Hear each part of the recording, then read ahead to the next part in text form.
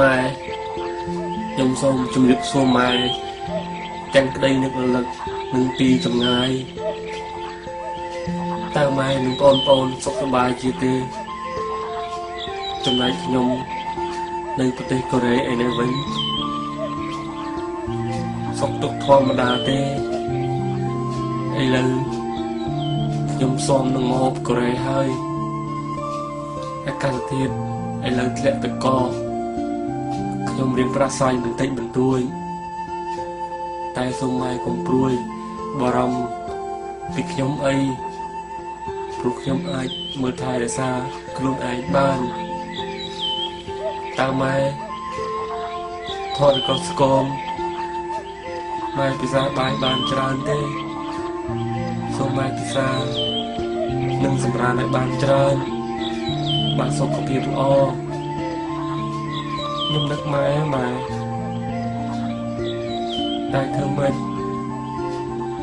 ខ្ញុំត្រូវតែរកលុយដើម្បីគ្រួសារយើងខ្ញុំសោកស្ដាយដែលឆ្នាំនឹងទឹកចំនួនលិចស្រែនឹងដំណាំជុំវិញបោះផ្ទះរបស់យើងអស់តែសូមម៉ែកុំព្រួយ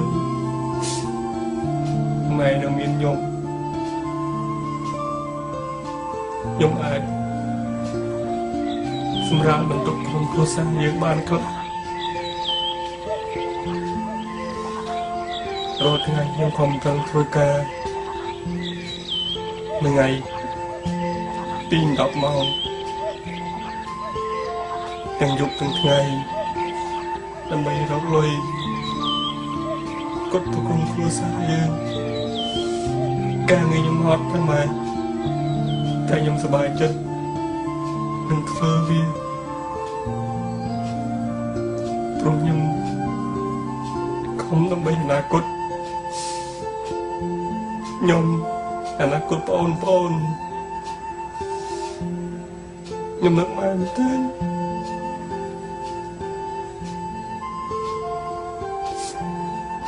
ខ្ញុំចង់ទៅផ្ទះវិញម៉ែប៉ុន្តែធ្វើម៉េចព្រមមកដាច់ឆ្នាំ3ឆ្នាំទៀតខ្ញុំទៅជួបម៉ែទៅមើលផ្ទះទៅទិញស្រែយើងវិញ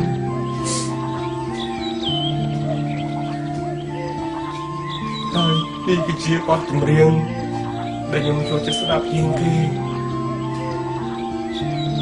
ខ្ញុំតែងតែស្ដាប់វានៅពេលដែលខ្ញុំសម្រាកពីការងារជាមួយនឹងរូបថតខ្ញុំសង្ឃឹមថាម៉ែ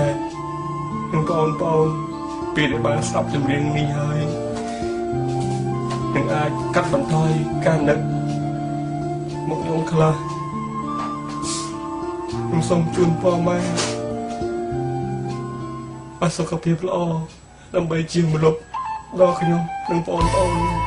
ទាំងអស់គ្នាខ្ញុំជូនពរបងប្អូនទាំងអស់ឲ្យប្រឡងមកដល់ជាប់នៃខ្ញុំឆ្នាំនេះទាំងអស់ជុំយំស្ងាត់ឈឹង